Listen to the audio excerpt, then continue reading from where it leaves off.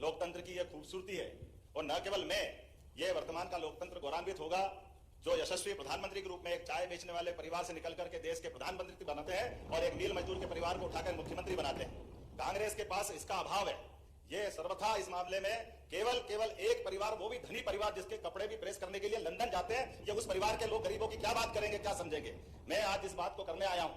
मेरे मन में श्रद्धा है इस बात की कि लोकतंत्र की खूबसूरती है। कांग्रेस हो, बीजेपी हो, हम और आप परमात्मा की दया से लाखों लाख लोगों की आशाओं के केंद्र, 8 करोड़ से ज्यादा ये हमारा परिवार है मध्य प्रदेश। उस परिवार से सबकी आशा अपेक्षा के आधार पर जनता के बीच अपना एजेंडा लेकर के जाते हैं और जनता हमारे उस एजेंडे पर मोहर लगा करके सरकार गठन के लिए हमारा मार्ग प्रशस्त करती है। लेकिन हम अहंकार के धनी नहीं है, हम उस विनम्रता के सेवक है जिसके माध्यम से भविष्य की कोई नई इमारत खड़ी करने के निकले और हम उसका सबका सहयोग लें।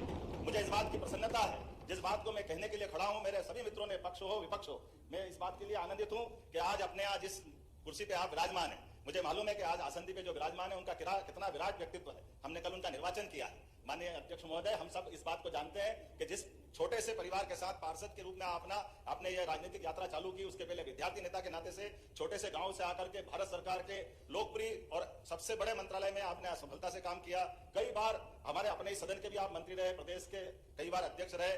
आपके नेतृत्व में प्रदेश ने इस बार फिर संगठन के आधार पर चुनाव लड़ा और अभी आपने, यही भारतीय जनता पार्टी की विशेषता है। मैं आभार मानता हूं आपका इस विनम्रता का भी, और ये बात हम सबके लिए अत्यंत आनंद की है कि मेरी सरकार आपकी इस छत्र छाया में अपने विकास के कदम बढ़ाएगी और हम सब आपसे समय समय पे, चाहे पक्ष हो या विपक्ष हो, आपसे हम आश्रय भी चाहेंगे कि हमारे द्वारा किए गए कामों पे आपके मार्गदर्शन में हम और नई ऊंचाइयां प्राप्त करें। इस चर्चा के इस सत्र में माननीय कैलाश जी विजयवर्गीय, वास्तव में आपने सही कहा भाई साहब, चाहे कैलाश जी हो, चाहे प्रहलाद जी हो, चाहे राकेश जी हो, चाहे गोपाल भार्गव जी हो, हमारे इधर सामने से भी रामनिवास रावत जी हो, हमारे अपने सारे, मैं तो कितना सौभाग्यशाली हूं।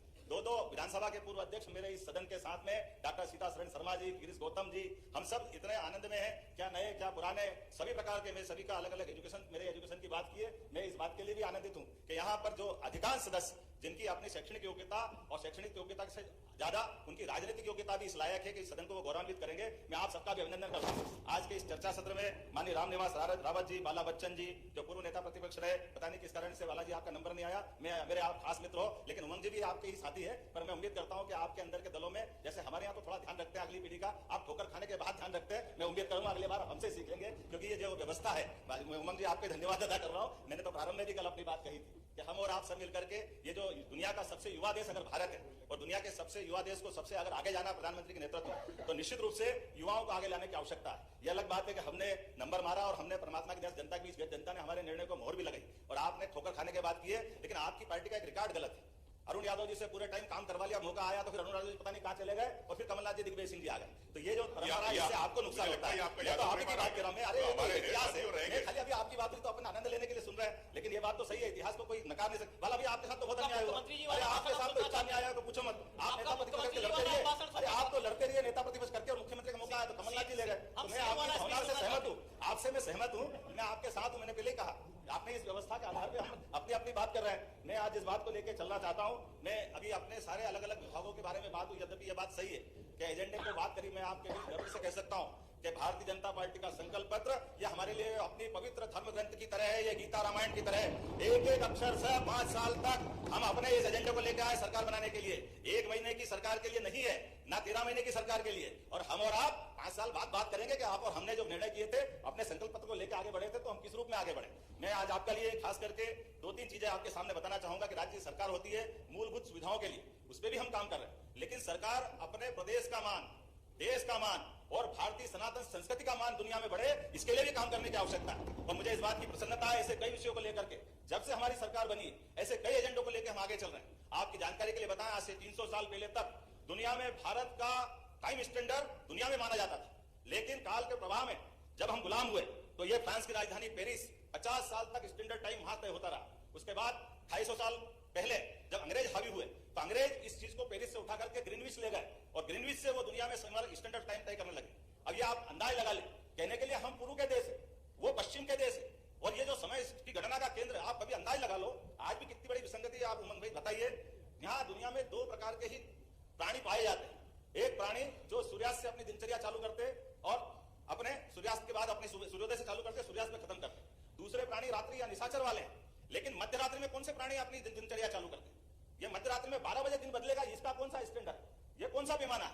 लेकिन ये वो पैमाना है जिस पैमाने को मैं थोड़ा सा आपके सामने बताना चाहूंगा, ये वो पैमाना है जिसके माध्यम से भारतीय संस्कृति को लज्जित करने का प्रयास किया। मैं अभी अपने विषय पे आ रहा हूं भैया, अभी खत्म नहीं कर रहा हूं, आपको भी मौका दूंगा, आप अपनी आंखों से जाके देखना। 21 जून और 22 दिसंबर दिन के 12 बजे उज्जैन की ऑब्जर्वेटरी में जाना। एक शंकु यंत्र है, 300 साल पहले बना है और आधुनिक साइंस की दृष्टि से जीपीएस है फिजिक्स का बना हुआ, जहां से आप डिसाइड कर सकते हैं कि दुनिया का सेंटर पॉइंट कौन सा है। आपको गर्व होगा वो उज्जैन और डोंगला है, जहां पे 23.26 अंश मिलेगा। लेकिन ये हमारे आधुनिक साइंस के आप उपकरण भी बता रहे हैं जो हजारों साल से हमारे पूर्वज जानते थे। ऐसे गौरवशाली चीज को हम विस्मृत करके केवल पश्चिमानुकरण जो करने लगे, उस काल के प्रवाह के चक्र को बदलते हुए उस ऐसे रहस्यों को भी सबके सामने लाने का काम हमारी सरकार कर रही है। इसलिए वो पुरानी ऑब्जर्वेटरी जो राजा जयसिंह के समय बनाई हुई थी, 5 ऑब्जर्वेटरी, लेकिन एक नई ऑब्जर्वेटरी साइंस टेक्नोलॉजी विभाग के माध्यम से हम बना रहे हैं, जिसको आईआईटी के बच्चे रिसर्च करने जाएंगे, आईआईएम के बच्चे रिसर्च करेंगे। मध्य प्रदेश के 16 विश्वविद्यालय से 10 से ज्यादा विश्वविद्यालयों ने फिजिक्स के माध्यम से वहां एमओयू किया है और वो रिसर्च कर रहा है कि हाँ ये बात सही है कि हमारे लिए अगर स्टैंडर्ड टाइम की तय होगी बात। और एक और जानकारी आपको बता दूं, ये जो विषय हमने रखा है, इस विषय में कई मामलों में हमारे एशिया के कई देशों से संबंध 19 से 20 से हो सकते हैं, लेकिन वो सारे के सारे देश दक्षिण एशिया सहित, चाहे चाइना हो, चाहे पाकिस्तान हो, अफगानिस्तान हो, ये सारे लोग मानते हैं कि स्टैंडर्ड टाइम की तय करने की अगर बात होगी तो भारत में ये बात जाएगी और भारत में उज्जैन का वो मान बढ़ेगा, भारत का मान सम्मान बढ़ेगा। ये जो हमने कहा कि सरकार के माध्यम से क्या संबंध है, तो सरकार ने वो ऑब्जर्वेटरी खड़ी की है और एक नया प्रस्ताव सरकार के माध्यम से दे रहे हैं कि भविष्य के जैसे आईआईटी सैटेलाइट टाउन उज्जैन में इंदौर का विस्तारीकरण करेंगे, जिसके माध्यम से ऐसे भविष्य के ऐसे कई विषय भी, जैसे बाबा महाकाल की नगरी, ये केवल धर्म की नगरी नहीं है, ये ज्योग्राफिकली फिजिक्स की नगरी भी है, भूगोल की नगरी भी है, ज्ञान की नगरी भी।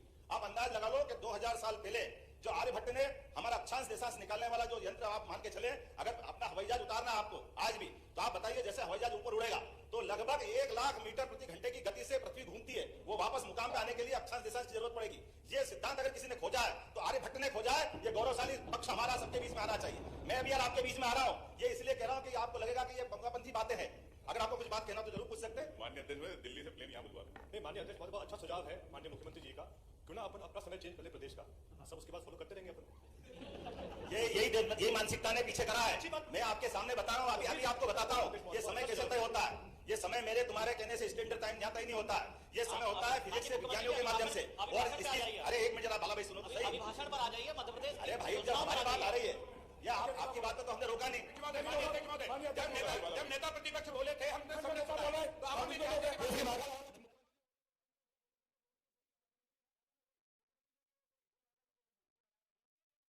आपसे सहमत हूं। मेरा इतना कहना है कि विज्ञान कांग्रेस अपने यहाँ वैज्ञानिकों की विज्ञान कांग्रेस है और हमारी सरकार इस दिशा में रुकना। भारतीय विज्ञान कांग्रेस के माध्यम से अंतर्राष्ट्रीय कांग्रेस करा करके स्टैंडर्ड टाइम कहां से तय होना चाहिए, इस दिशा में भी काम अपनी सरकार साइंस टेक्नोलॉजी विभाग के माध्यम से कर रही है। और अगर वो तय करेगी तो निश्चित रूप से इसमें बदलाव आएगा।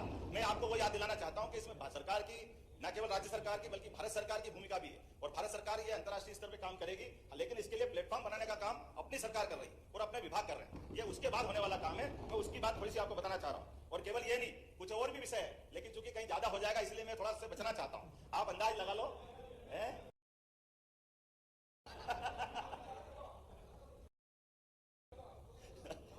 थोड़ा सा।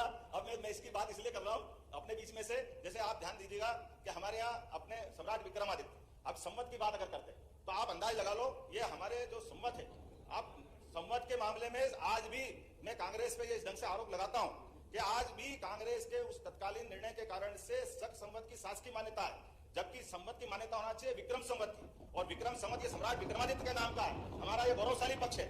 लेकिन केवल आपको वो बताइए माननीय मुख्यमंत्री जी 2 संवत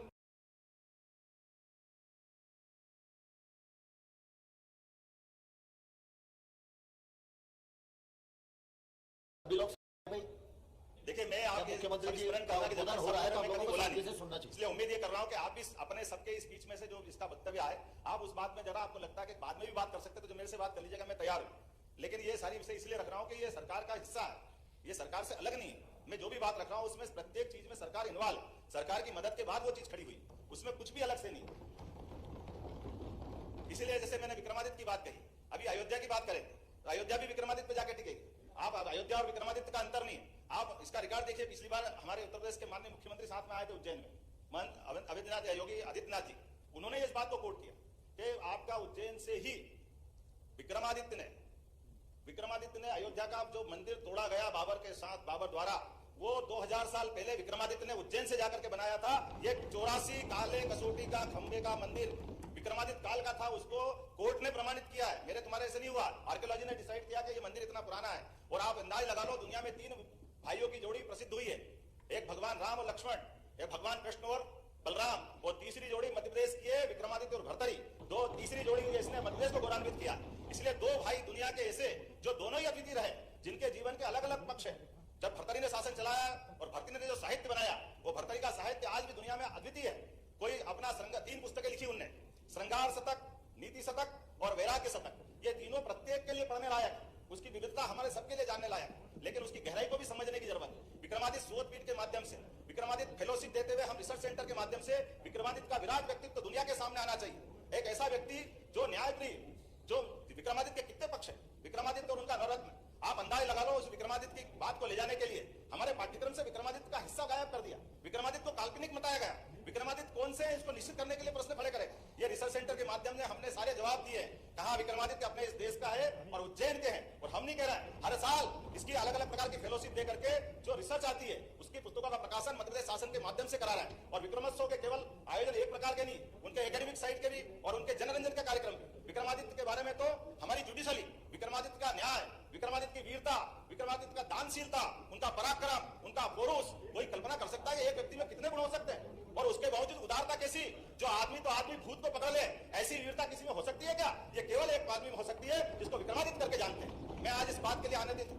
आज इस सदन में यद्यपि हमारे अपने सरकार के माध्यम से कई प्रकार के काम हुए, कई प्रकार की बातें आई, ऐसे कई विषयों पे बात करने के साथ, जैसे नई शिक्षा नीति के मामले में मित्रों ने बात खड़ी की।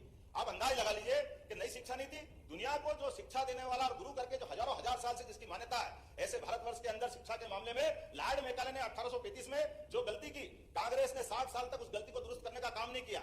हमें इस बात की प्रसन्नता, यशस्वी प्रधानमंत्री मोदी ने नई शिक्षा नीति लागू करके हमारे देश की संस्कृति से जोड़ करके शिक्षा को जीवन के सर्वांगीण विकास के साथ जोड़ने का प्रयास किया। और मुझे इस बात का गर्व है, मध्य प्रदेश के सीमित संसाधन के बावजूद भी नई शिक्षा नीति दुनिया में अगर लागू की है तो सबसे पहले मध्य प्रदेश सरकार ने लागू की है। अपनी नई शिक्षा नीति के बारे में अगर सरकार के इस विषय को मैं अगर सदन में रखता हूं तो आप सबके लिए भी यह विषय अच्छे रहेगा, आप भी बात करेंगे कि आप हमारे अपने महाविद्यालय के अंदर अगर पढ़ना चाहे आप तो कोई एज लिमिट नहीं है।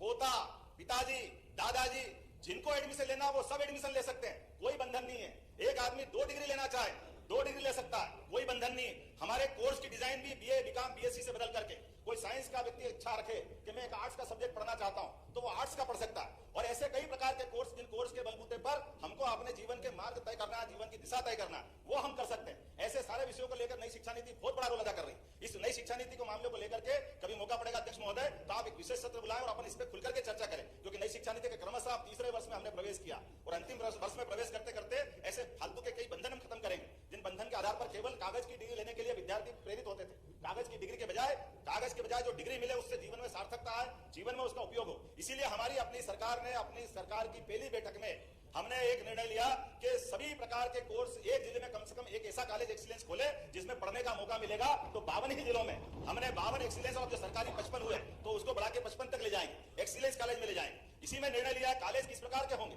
कॉलेज सर्व सुविधा युक्त होंगे, जिसमें खेलने का मैदान, हॉस्टल, सभी प्रकार के पाठ्यक्रम को पढ़ने की गुंजाइश, उसी में ई लाइब्रेरी और इसी के साथ साथ बस की व्यवस्था भी रहेगी। 20 किलोमीटर के रेडियस में जाकर के बच्चों को अपने ही महाविद्यालय में आने के लिए किसी और पर निर्भर नहीं रहना पड़ेगा।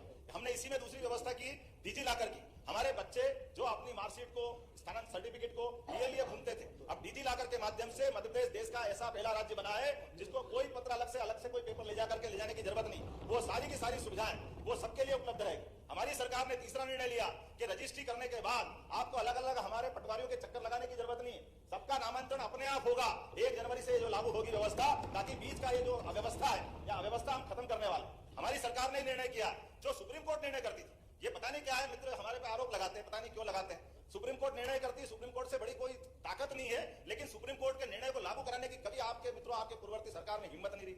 सुप्रीम कोर्ट ने निर्णय किया 3 तलाक खत्म कर दो, आपकी सरकार ने उस फैसले को लोकसभा में बदल दिया। ये आपकी दुर्भाग्यपूर्ण व्यवस्था है। हमारी सरकार ने 40 साल पहले पुराने लिए 3 तलाक के निर्णय को भी माननीय मोदी जी के नेतृत्व में बदल के रख दिया कि सरकार होती निर्णय लागू कराने के लिए। अगर निर्णय अच्छा है, सुप्रीम कोर्ट का निर्णय है, जनहितैषी है, महिला हितैषी है, वो निर्णय क्यों लागू नहीं होना चाहिए? डंके की चोट लागू कराने का निर्णय हमारी सरकार ने निर्णय किया है। आपके मामले में राम मंदिर के मामले को कितने प्रकार से उलझाया गया, कितने प्रकार से लटकाया गया, ये आपकी सरकार थी। और हमारी सरकार ने, सुप्रीम कोर्ट ने निर्णय लिया राम मंदिर वही बनेगा तो डंके की चोट राम मंदिर के मामले में सरकार ने निर्णय लिया। माननीय मोदी जी स्वयं वहां उपस्थित हुए और हमारी सरकार ने राम मंदिर बनने का मार्ग प्रशस्त किया। और मुझे इस बात की प्रसन्नता है, हमारी इस मध्य प्रदेश सरकार ने निर्णय लिया है कि राम भक्तों पे जहां जहां गोलियां चली थी बाउंड्री पर, जहां जहां पास के राज्य में जिनकी आपके पीछे से सपोर्ट थे, उन सरकारों को, हमारे लोगों को गोलियों से भुना गया था, कार सेवकों को अपमान किया गया था, हम फूल बिछाएंगे आनंद के साथ। 22 जनवरी को पूरी सरकार स्वागत करेगी, मध्य प्रदेश सरकार राम भक्तों का, राम दर्शन करने जाने वालों का। और तीर्थ दर्शन यात्रा के माध्यम से हमारी सरकार ट्रेनों से, बसों से जिनको अयोध्या की इच्छा होगी सबको पहुंचाने का प्रयास करेंगे। ये हमारी व्यवस्था के आधार पर, अरे हम तो सबका स्वागत करेंगे, हमको मालूम है। अब सब चले, अब क्या दिक्कत है, भगवान राम के लिए हमको मालूम है, लेकिन राम कैसे हैं? आप भी राम अब करना सीखे हो, लेकिन राम, हमारे राम कैसे हैं? आप बताओ, कोई ऐसा शासक हो सकता है क्या जिसके केवल नाम में, नाम तो केवल राम है, लेकिन राम कहां कहां कैसे कैसे दिखाई देते? राम हमारे दिखाई देते, हम राम राम तो हमको लगता अभिवादन कर रहे हैं, अभी जय सिया राम आनंद में आ जाते हैं। आराम, सोने भी जाए तो राम के पास, विश्राम तो राम। और आप राम नाम सत्य करने वाले कोर्ट में सर्टिफिकेट देते थे कि राम का अस्तित्व कहां है, राम जी कहां है? कपिल सिब्बल का आज भी एफिडेविट इस बात के लिए लज्जित करता है कि आपने प्रभु श्री राम पे प्रश्न उठाए थे, आज आप उनकी बात करते कि हाँ हमारे भी राम है। अरे तुम्हारे राम तो होते तो तुम ये सर्टिफिकेट क्यों देते? ये मामले क्यों उलझाते? राम मंदिर के मार्ग में क्यों बाधाएं खड़ी करते? ये बड़े दुर्भाग्य का विषय। और अब फिर मामला है, चलो आप भी समझ जाओ, कोई बात नहीं, राम की बात पूरी हो गई, आ जाओ कृष्ण भगवान की, कृष्ण कन्हैया लाल कीजिए, मथुरा में आओ मथुरा में कौन मना कर रहा है? बोलो भगवान कृष्ण की जय जयकार करो। ये हमारी सरकार है मध्य प्रदेश के अंदर, भगवान कृष्ण के जहां जहां पांव पड़े, जहां जहां लीला रची है, चाहे अपना उज्जैन जहां उन्होंने 64 कला 14 विद्या सीखी, जहां आपका धार का पास का अमझेरा, जहां रुक्मी के साथ उनका युद्ध हुआ, या जाना पाओ इंदौर के पास की वो पहाड़ी जहां परशुराम जी भगवान को सुदर्शन चक्र देते हैं, वो सारे स्थान तीर्थ के रूप में डेवलप करेंगे। ये हमारी सरकार का निर्णय है, हम इन सारे निर्णयों के लिए सरकार में आए, हम ये कोशिश कर रहे हैं। माननीय अध्यक्ष महोदय, राज्यपाल का अभिभाषण मुख्यमंत्री जी बोल रहे हैं, क्या है अभिभाषण? इसमें है अभिभाषण में कहा है?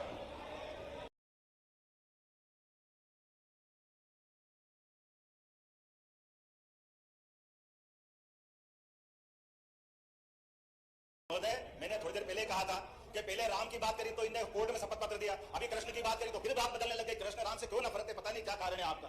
मैं आपसे निवेदन करता हूं कि आप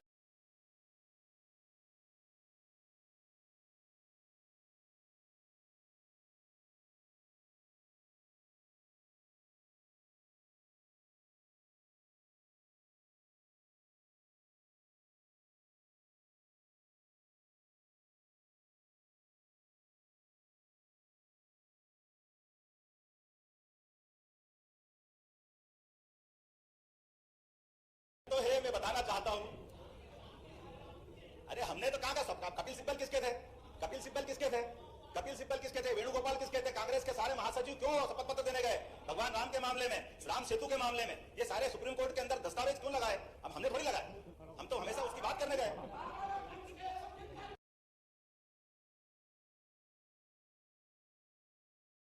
अभी अब थोड़ा पंडित जी थोड़ा चुप रहना।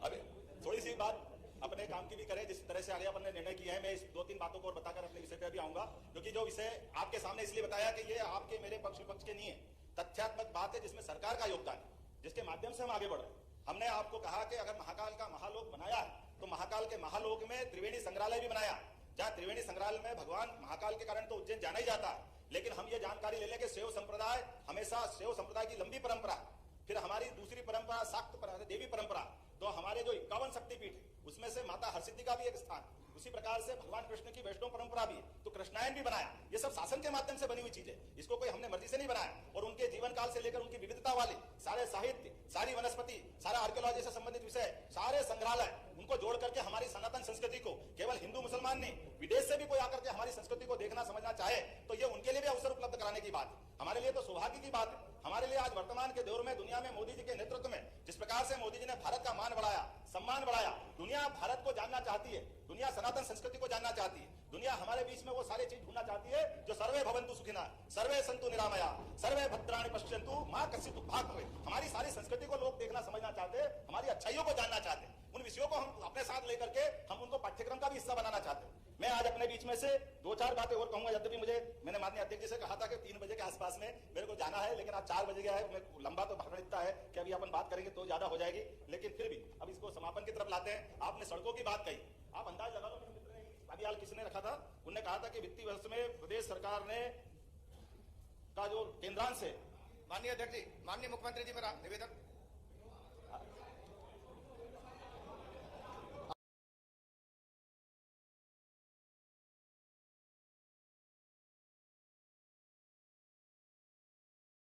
के मामले में तो कौन जान सकता है कांग्रेस से ज्यादा।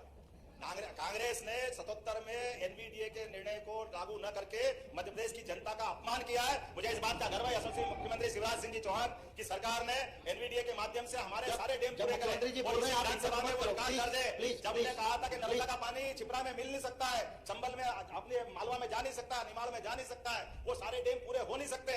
वो सारे डैम भी पूरे हुए और अभी नर्मदा के पानी के लिए हमारे वो डैम तो पर्याप्त है। हम उस एमओयू को भी रिव्यू कर रहे हैं जिसके बलबूते पर बाकी जगह भी नर्मदा का पानी खपा करके इस प्रदेश की बेहतरी के लिए काम करें। ये हमारे वो सारे निर्णय ले रहे हैं जिसके आधार पर नर्मदा जी से पूरा प्रदेश लाभान्वित हो।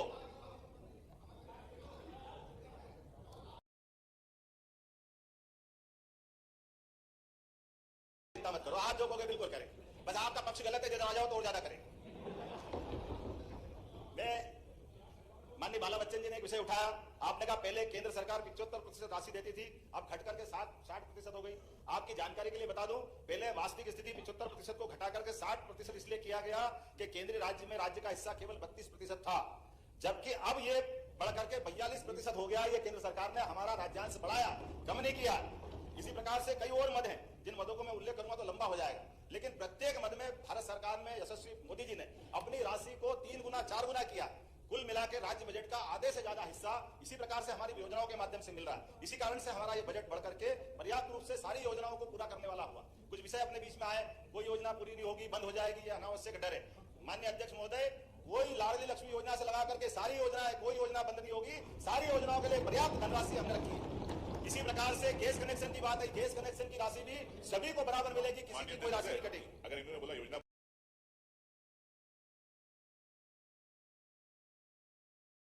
सारी राशि जब जब जिसकी तारीख है उस तारीख में डलती जा रही है। अब ये अलग बात है, आपको जानकारी नहीं तो मैं क्या कर सकता हूं? मेरा अनुरोध है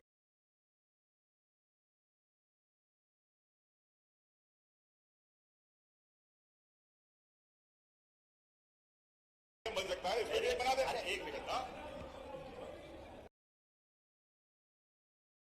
माननीय मोदी जी को धन्यवाद दो जिनने कहा कि कुल 4 जातियां, उसमें बहनों को भी, उनने महिलाओं के लिए भी रखा है, महिला, युवा, गरीब, किसान। अब आप उसमें महिला सशक्तिकरण की योजना में कानून बना रहे हैं। अब आपके लोग तो वहां बाहर काला लेके घूम रहे हैं दिल्ली में, मैं क्या करूं? आप उनको समझाओ कि भैया उनके लिए हम सब तैयार है। अगर आप यूनानी में तैयार हो तो मैं आपके साथ खड़ा हूं। बहनों के लिए जो बेहतर हो सकता है, यशस्वी प्रधानमंत्री नरेंद्र मोदी जी के नेतृत्व में भारत की सारी राज्य सरकार इस दिशा में आगे बढ़ रही है। अब ये आपकी चर्चा बाद में कर लेंगे, थोड़ा और भी मौका मिलेगा।